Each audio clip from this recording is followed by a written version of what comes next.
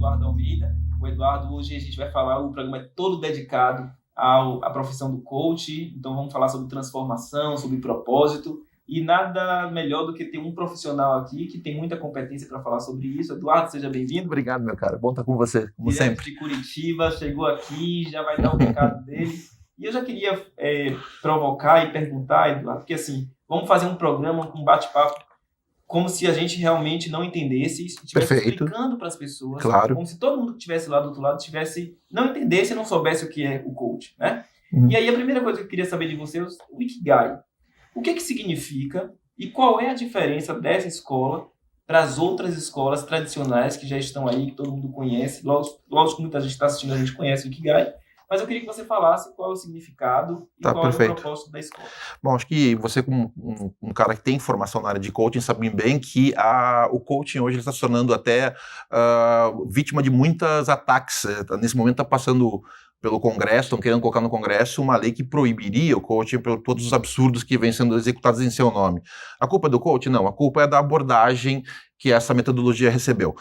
Então, quando a gente começa a falar sobre Ikigai, a filosofia Ikigai que veio do Okinawa é uma terra onde as pessoas vivem mais e são mais felizes, são mais longevas, e significa a razão pelo qual eu acordo todos os dias de manhã. Então, uma série de cientistas do mundo começou a estudar o que acontecia naquela região que as pessoas viviam mais que em qualquer lugar do mundo. E aí chegaram a essa filosofia que é o Ikigai, que é a razão de viver, a razão de ser. Então, quando a gente traz isso para o universo do coaching, significa que a gente começa a subverter um pouquinho o olhar do que é coaching. O coaching, como se entende, é muito aquela questão de levar uma pessoa de um ponto A a um ponto B. O coaching fala muito sobre resultados, fala muito sobre alta performance e desempenho, e a gente brinca muito no Ikigai que o coaching hoje é a ciência do ser visto e não a ciência do servir. E a gente começa a pensar que isso não nos serve. A sociedade precisa de algo maior do que pessoas que vêm para serem vistas, para serem fotografadas de braços cruzados dizendo que tem a solução de todos os problemas do mundo. Então, de certa forma, ficou um tanto quanto patética a imagem do coach na sociedade atual. Eu recebo todos os dias piadas, e eu morro de rir com as piadas, que todo mundo é coach agora, né? Então, de fato, é essa subversão que a gente vem trabalhando para mudar. Trabalhar uma metodologia de coaching que seja orientada para o propósito, para o sentido da vida. É um processo que nos leva a um entendimento de que não é possível ser coach se você não estiver servindo a uma causa. A pergunta que nos fazemos enquanto educadores, enquanto coaches, é a que causa servimos? Porque no Ikigai nós dizemos assim, se na vida você não está disposto a servir, você não serve para viver. Então, quando a gente começa a falar de propósito, muitas pessoas hoje falam sobre isso. Eu quero encontrar o meu propósito. Mas a gente não encontra o propósito. Na verdade, o propósito a gente já nos encontrou. A gente tem que viver esse propósito. E propósito não tem a ver com o que eu quero para mim, e sim com o que eu quero legar para o mundo. Quer dizer, quando você se propõe a ser um professor, como um coach, como um apresentador, a que causa você está servindo? Você tem um programa aqui que leva informações de qualidade ao público, então você tem consciência de que você está fazendo a diferença na vida desse público. Infelizmente, as pessoas não têm muita consciência da diferença que fazem. Se eu perguntar para a maioria dos nossos telespectadores o que o mundo perderia se você não existisse, será que algum deles saberia responder? E é uma pena, porque essa resposta é uma resposta fundamental para que a gente possa agregar valor na vida das pessoas, na nossa própria vida. Então essa é a visão que a gente tem, que a princípio o Ikigai como filosofia norteia um método, que inclusive tem método de liderança, método de coaching, tem várias metodologias, voltadas ao desenvolvimento pleno do ser humano, voltada para o sentido e o propósito. Então essa é a diferença básica, não é apenas falar de performance, o que você quer ter, mas principalmente o que você quer ser. Afinal de contas, a sociedade, a gente está falando de ser humano e não de ter humano. Infelizmente as redes sociais tornaram as pessoas seres humanos. Essa seria a grande diferença das outras escolas tradicionais que já existem há muitos anos, por exemplo, você estar em contato com o seu propósito e devolver isso para o universo, porque as outras escolas trabalham de uma forma em que você atinge metas, resultados, e pronto, acabou ali e está satisfeito. Teriam mais alguns elementos. Você sabe, você fez formação também, você entra numa formação de coaching hoje, você passa 80 horas vendo ferramentas. Uma ferramenta, mais uma ferramenta, e elas se orgulham de dizer que ensinam ferramentas. Olha, eu não sei se você sabe, nenhuma ferramenta forma um bom carpinteiro. O que forma um bom carpinteiro é uma arte, uma técnica, uma ciência, e aí a partir disso ele vai escolher as ferramentas. Então essa mesma lógica também acontece no coaching. Nós não acreditamos no coaching baseado em ferramentas para chegar a resultados, ou seja, as ferramentas estão a serviço da maior ferramenta do coaching Ikigai, que é o coach.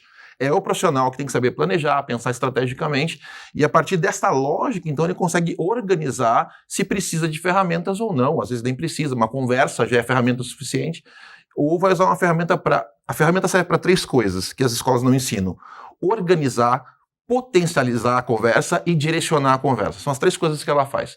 Todo o resto quem faz é o coach, não é a ferramenta. Perfeito. Uma outra característica também bem importante que vale a pena, o coach ele não é psicólogo. Ele Não. pode até ter a formação de psicólogo, mas pode fazer a formação em coach. Isso, exatamente. Mas não se misturam. Ou não? Existe alguns pontos de confluência, inclusive até um instituto famoso andou fazendo Macaca Sem Tamanho, colocou uma novela, uma coach curando traumas, né? E aí recebeu um processo contra eles do Conselho de Psicologia, com razão. Porque, veja, o que está acontecendo hoje? Quando a gente começa a pensar originalmente, a psicologia, ela é uma ciência, algumas escolas se posicionam como biológicas, outras como humanas, mas ela é uma ciência orientada para doenças e transtornos dos aspectos fisiológicos e psicológicos do ser humano a partir da psique. Então isso está no Google, inclusive, essa definição, não é minha.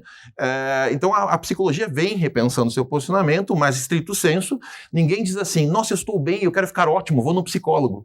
E, infelizmente, pela própria natureza da sociedade, a gente vai no psicólogo quando a gente não está bem, a gente vai organizar a cabeça. O coach não teria essa pretensão, esse objetivo, e nem é o mercado que a gente atua. A pergunta é, se você quer ter uma boa capacidade mental, uma clareza sobre seus propósitos, objetivos de vida e como chegar a eles, então um coach é o profissional adequado a fazer isso. Mas o nosso foco não pode nem deve ser nos aspectos de transtornos. Aqui há uma sobreposição, outro erro comum, as pessoas dizem assim, mas o coach não tem nada a ver com psicologia. Tem tudo a ver com psicologia, a ciência. O que é restrito, que nós não podemos atuar, é a psicologia clínica. Essa tem um conselho. A psicologia serve para o marketing, para a administração, é uma ciência de estudo do comportamento humano. Como assim? O coach tem que ser um grande entendedor do comportamento humano, mas não pode adentrar nos aspectos clínicos da psicologia. Isso tem que ficar muito claro, e pouquíssima gente, inclusive grandes nomes aí do coach, não sabem essa diferença, não sabem entender onde a gente pode não atuar. E a questão é o ambiente clínico da patologia clínica da psicologia. Isso a gente não pode atuar e nem deve. Aliás, é um absurdo, até aproveitando a sua fala, de algumas escolas que eu até já presenciei, dizer que não se trabalha a emoção no processo de coaching. Como não? Se a gente está falando de propósito, como é que você vai trabalhar a emoção do indivíduo? Bom, para começar, eu acho que quem fala isso tem um problema sério em relação ao entendimento do ser humano. Porque o que acontece? Tudo no ser humano ele acontece por um princípio, lá no cérebro trino, lá no cérebro chamado reptiliano, que é a emoção primária. Aquela primária, são 5 primárias, e não tem como fugir. Você não tem como não sentir raiva. A raiva vem deflagrada por um estímulo externo. Aí vem o segundo nível, que é chamado sentimento, que vem sentir a mente, que é uma outra área do cérebro chamada sistema límbico, que vai dar um peso. Então eu fiquei com raiva de você. Aí eu vou dizer, esse cara é um idiota. Agora já não é mais uma emoção, já é um sentimento, está dando um peso moral. E a partir disso é que eu vou racionalizar no neocórtex. Veja, são 3 processos dentro de 3 áreas distintas do cérebro. Então como é que eu vou dizer que eu não vou lidar com a emoção? Então é só planejar, colocar no papel, aceitar tudo, meu caro. É um robô, né? É um robô. E aí a gente vê aquelas coisas absurdas que eu vejo em processo de coach, que é assim, a pessoa coloca lá no papel tudo que ela quer alcançar. Só que dentro dela existe uma coisa chamada dissonância. Vou dar um exemplo clássico de dissonância. Você vai lá no coach e diz para você, você quer emagrecer? Fácil, regime e academia, e toca ali pau. Só que tem um detalhe, eu adoro comer para mim é família, alegria, e eu odeio academia. Mas não vai lidar com o sentimento?